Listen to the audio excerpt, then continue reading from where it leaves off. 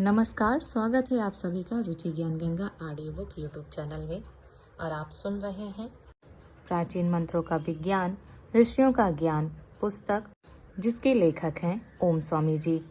आज हम अनुष्ठान के प्रायश्चित के बारे में चर्चा करेंगे।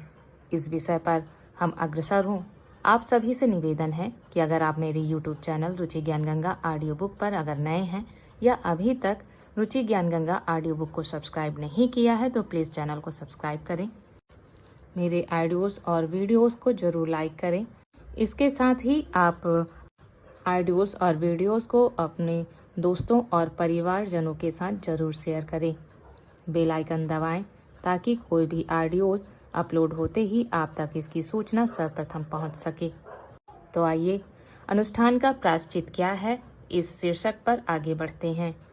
अनुष्ठान का प्रायश्चित, यह शीर्षक खंड 3 वास्तविक साधना के अंतर्गत चौथा बिंदु है। इस संसार में या किसी अन्य में ऐसा कोई नहीं है जो भौतिक प्रकृति के 3 गुणों सत्व, रजस, तम या अच्छाई, रजोगुण और अज्ञान से मुक्त हो। भगवद गीता का 18.40 श्लोक का मेरा अपना अनुवाद है। आकांक्षी द्वारा मार्ग पर चलते समय गलतियां करना असामान्य नहीं है। ऐसी गलतियां जानबूझकर या अनजाने में की गई हो सकती है जो साधना के सिद्धांतों का उल्लंघन करती है, चाहे गलती से जब छूट गया हो या पुरुषार्थ के दौरान कोई और पाप कर दिया हो। प्रायश्चित के लिए आपके पास उपलब्ध विभिन्न विकल्पों को समझना महत्वपूर्ण है।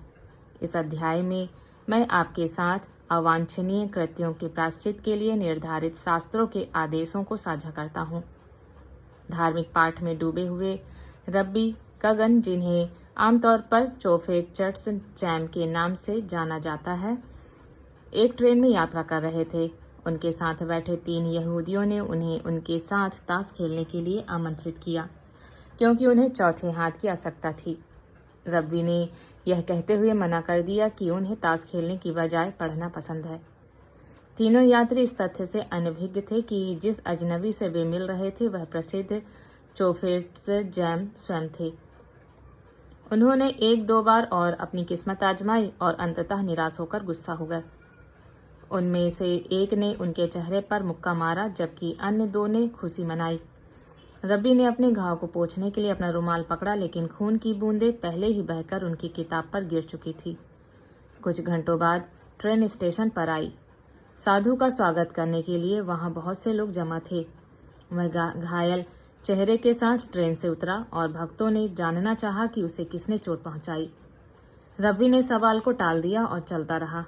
तीनों अपराधी इस बात को समझकर अपराध बोध से ग्रस्त हो गए कि उन्होंने सिर्फ किसी बेचारे बूढ़े को नहीं बल्कि चोफेट्स जैम को पीटा था। वे अगले दिन उससे माफी मांगने के लिए उसके घर पर मिले। पश्चाताप और शर्म के साथ उन्होंने उससे उन्हें दोष मुक्त करने की विनती की। हालांकि रब्बी ने मना कर दिया और उन्हें माफी देने से भी मना कर दिया। रब्बी का बेटा, जो इस सब का गवाह था, हैरान रह गया। आखिर माफ करना एक संत का काम था। अपराधियों ने फिर से विनती की और फिर भी रवि ने मना कर दिया। वे भारी मन से वहां से चले गए। पिताजी, उनके बेटे ने कहा, मुझे यह कहने के लिए क्षमा करें, लेकिन मुझे लगता है कि आपका व्यवहार थोड़ा क्रूर था। आप एक आध्यात्मिक प्रतीक हैं। पूरा समुदाय आपकी ओर देखता है। आपने उन्हें माफ क्यों नहीं किया? तुम सही कह रहे हो बेटा, रब्बी ने कहा। उन्हें माफ करने से इनकार करना मेरे लिए अनुचित था, लेकिन सच तो यह है कि उन्हें माफ करना मेरे बस में नहीं था। बेशक मैं रब्बी कगन चोफेट्स जैम उन्हें माफ करता हूँ, उन्होंने आगे कहा, लेकिन मेरी माफी मायने नहीं रखती।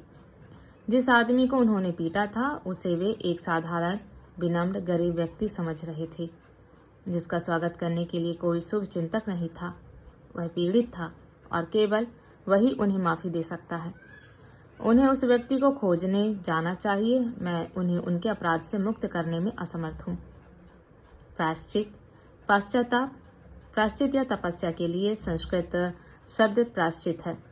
प्रायश्चित की आवश्यकता वाले सभी कार्यों में सबसे कठिन है क्षमा मांगना, क्योंकि कभी कभी कोई उपाय नहीं होता।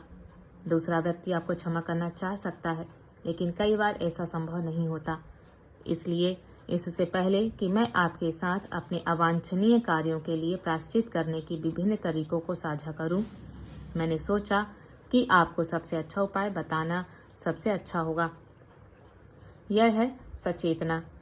हम जितना अधिक सोचते, बोलते या कार्य करते समय सचेत रहते हैं, उतनी ही कम संभावना होती है कि हम ऐसी गलतियां करें जो खुद को और दूसरों को नुकसान पहुंचाए या हमें दोषी महसूस कराकर कमजोर करें। मंत्रियों के मार्ग पर जब आप साधना के किसी भी नियम का उल्लंघन करते हैं तो आपको प्रायश्चित के अनुष्ठान करने की आवश्यकता होती है। यदि इस पुस्तक में सूचीबद्ध साधनाओं के लिए कोई विशिष्ट आदेश है तो मैंने उन्हें उस साधना के अध्याय में बताया है। किसी भी दर पर मंत्र साधना के 3 मुख्य सिद्धांत अहिंसा, सत्य और मंत्र जप हैं।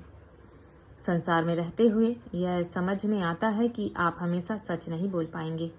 झूठ बोलने का मतलब यह नहीं है कि आपकी साधना में समझौता हो गया है। हालांकि ऐसे कृत्य आपको कहीं न कहीं अंदर से कमजोर जरूर करते हैं। सब कुछ माफ किया जा सकता है, लेकिन हिंसा का कोई उपाय नहीं है। फिर भी चाहे आपने कुछ भी किया हो, प्रायश्चित के अनुष्ठान आपको शुद्ध करेंगे और आपको अपराध बोध से बाहर निकालने में मदद करेंगे। यह ध्यान रखना महत्वपूर्ण है कि प्रायश्चित का मतलब यह नहीं है कि हम गलतियां करते रहें और खुद को छुड़ाने के लिए अनुष्ठान करते रहें। यह तभी काम करता है जब हम अपने किए पर जानबूझकर या अनजाने में वास्तव में पछताते हैं और इसे न दोहराने का पूरा इरादा रखते हैं। अपनी गलतियों का प्रायश्चित करने के 11 तरीके हैं। पहला, उपवास, व्रत या उपवास। यह सनातन धर्म के पुराणों और अन्य ग्रंथों के अनुसार पश्चाताप का सबसे आम कार्य है। मंत्र साधना में यह सभी भोजन को छोड़कर किया जाता है। 24 घंटे केवल पानी पर जीवित रहना या कोई ऐसा करना, चाहे यदि व्रत कठिन है तो वह जल भी छोड़ सकता है। इस व्रत को रखने की चंद्र तिथि वही होनी चाहिए जिस दिन आपने साधना शुरू की थी। उदाहरण के लिए आपने पूर्णिमा की रात को मंत्र साधना शुरू की। यदि आप कोई ऐसा कार्य करते हैं जिसके लिए आपको प्रायश्चित करने की आवश्यकता है तो आपको व्रत के लिए अगली पूर्णिमा का इंतजार करना चाहिए। यह व्रत का सबसे सरल रूप है। लंबे और कठिन व्रत भी होते हैं, जैसे चंद्रायण व्रत आदि, जिन्हें गुरु आपके व्रत के उल्लंघन की प्रकृति के आधार पर निर्धारित कर सकते हैं। व्रत हमेशा आहार नियमन के माध्यम से नहीं किया जाता है। इसके कई अन्य तरीके भी हैं। उदाहरण के लिए, यदि आपने किसी को ठेस पहुंचाने वाले शब्द कहे हैं तो आप 24 घंटे तक पूर्ण मौन रख सकते हैं। और इसी तरह मंत्र योग में प्रायश्चित के रूप में किया जाने वाला व्रत अक्सर भोजन से परहेज के रूप में होता है। दूसरा, तपस। यद्यपि मंत्र साधना अपने आप में तपस है, फिर भी प्रायश्चित के लिए आप गीले कपड़े पहन सकते हैं जब तक कि वे आपके शरीर पर सूख न जाएं, या जमीन पर सो सकते हैं या कोई अन्य अभ्यास कर सकते हैं जो आपको याद दिलाता है कि आपने ऐसा कार्य किया है जिसे आप कभी दोहराना नहीं चाहते। तीसरा, दान। सोना, चांदी, गाय, दूध, अनाज, जमीन या कोई भी ऐसी चीज दान करना जो आप खरीद सकें एक और तरीका है। आदर्श रूप से दान किसी योग्य व्यक्ति को दिया जाना चाहिए जो आपके दान का अच्छा उपयोग करेगा और इसे अधिक अच्छे कर्मों के लिए इस्तेमाल करेगा। यदि आपको कोई योग्य व्यक्ति नहीं मिलता है तो दान किसी जरूरतमंद व्यक्ति को दिया जा सकता है। जो दान किसी ऐसे व्यक्ति को दिया जाता है जो ना तो जरूरतमंद है और ना ही योग्य है, वह बेकार है। ऐसा परोपकार शांति या आंतरिक शक्ति नहीं लाता है। चौथा, जप। आप अपनी साधना के दौरान 1, 3 या 7 दिनों तक अपने मंत्र जप की मात्रा दोगुनी कर सकते हैं। उदाहरण के लिए, यदि आपने 40 दिनों तक प्रतिदिन 1000 बार मंत्र जप करने की प्रतिज्ञा की है तो जिस दिन आप प्रायश्चित करना चाहते हैं उसी दिन उसी मंत्र का 1000 बार जप करें, जिससे कुल मिलाकर 2000 बार जप हो जाएगा। पांचवा, अग्नि आहुति। यज्ञ, होम या अग्निहोत्र। अध्याय अग्नि आहुति कैसे करें में बताए अनुसार बस एक यज्ञ करें। आप अधिक प्रस्तुत यज्ञ करने के लिए किसी विद्वान वैदिक विद्वान को भी नियुक्त कर सकते हैं। छठवां, पश्चाताप, अनुताप। आप 1 या 2 दिन के लिए एकांत में जा सकते हैं और अपने बुरे कर्मों को याद दिला सकते हैं और अपने संकल्प को दृढ़ कर सकते हैं कि आप इसे कभी नहीं दोहराएंगे। सातवां, अभिशाप या स्वीकारोक्ति। आप किसी अजनबी के घर जाते हैं अपने कृत्य को स्वीकार करते हैं, क्षमा मांगते हैं और उनसे भोजन के लिए विनती करते हैं। आप किसी जीवित गुरु के सामने भी अपने पाप को स्वीकार कर सकते हैं। यदि ऐसा संभव न हो तो आप दीपक, पवित्र पुस्तक या मूर्ति के सामने पूरी ईमानदारी से ऐसा कर सकते हैं। अधिकांश, सभी नहीं, परिस्थितियों में सबसे अच्छा यही है कि आप पीड़ित के सामने अपना अपराध स्वीकार करें और उनसे क्षमा मांगें। 8वां, तीर्थ यात्रा। आप किसी धार्मिक स्थान की तीर्थ यात्रा कर सकते हैं। परंपरागत रूप से इसे पैदल करने की सलाह दी जाती है ताकि कठिन यात्रा पर हर कदम आपको इस बात के प्रति अधिक सजग बनाए कि आपको अपना जीवन कैसे जीना चाहिए। पुराणों में तीर्थ यात्रा को 3 प्रकार का बताया गया है। पहला, चल तीर्थ, जगम तीर्थ। यह किसी जीवित गुरु, सिद्ध संत या तपस्वी के दर्शन करके किया जाता है। शास्त्रों के अनुसार उनके दर्शन से पापों से मुक्ति मिलती है। वो स्वामी तुलसीदास लिखते हैं कि जिस तरह सर्दियों में चंद्रमा दिन की सारी गर्मी दूर कर देता है, उसी तरह संत के दर्शन से हमारे बुरे कर्मों का दुख दूर हो जाता है। दूसरा, निश्चित तीर्थ यात्रा, स्थावर तीर्थ।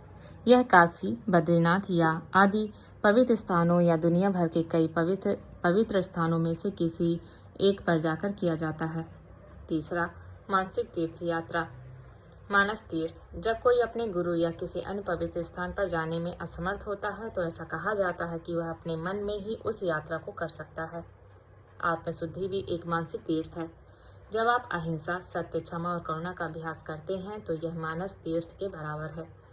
9वां, स्नान। कई धार्मिक ग्रंथों में अपने पापों के प्रायश्चित के लिए पवित्र नदी में डुबकी लगाने की भी सलाह दी गई है।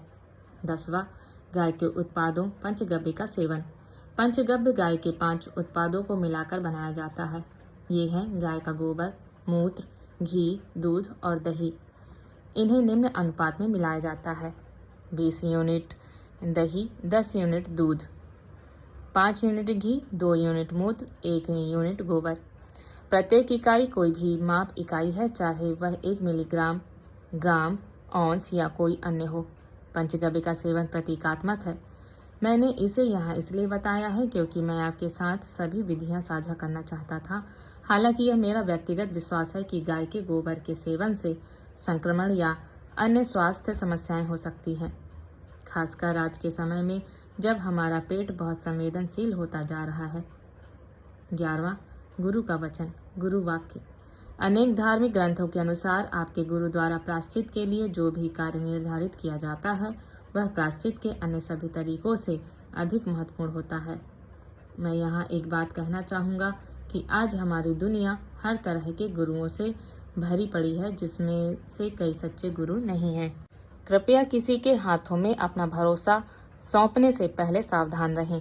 आप अपने पापों के प्रायश्चित के लिए उपरोक्त में से कोई भी, कई या सभी चुन सकते हैं। यह आपके पाप की प्रकृति पर निर्भर करता है।